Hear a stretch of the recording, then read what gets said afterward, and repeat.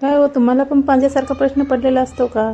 एखाद्या वेळेस जर हिरवीगार कोथिंबीर दिसली आणि आपण घरात आणली तर ती जास्तीत जास्त दिवस कशी टिकेल हा प्रश्न जर तुमच्या पुढे पण उभा असेल तर हा व्हिडिओ एकदा नक्की शेवटपर्यंत बघा. कोथिंबीर घेतानाच प्रथमतः तर सुकलेली अगदी कोरडी खट्ट घ्यावी, पाण्यात जराही अंश नसलेली.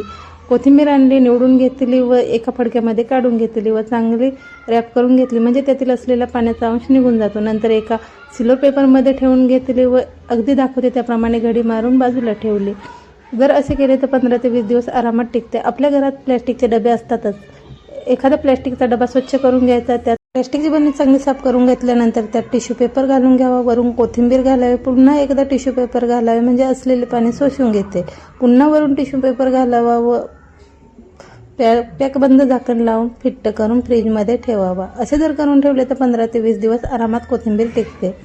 याचा डिटेल व्हिडिओ तुम्हाला हवा असेल तर खाली दिलेल्या त्रिकोण आयकॉनला जाऊन व्हिजिट करू शकता. आपल्या चॅनलवर मोठा व्हिडिओ अपलोड झाला आहे, तिथे जाऊन नक्की बघू शकता.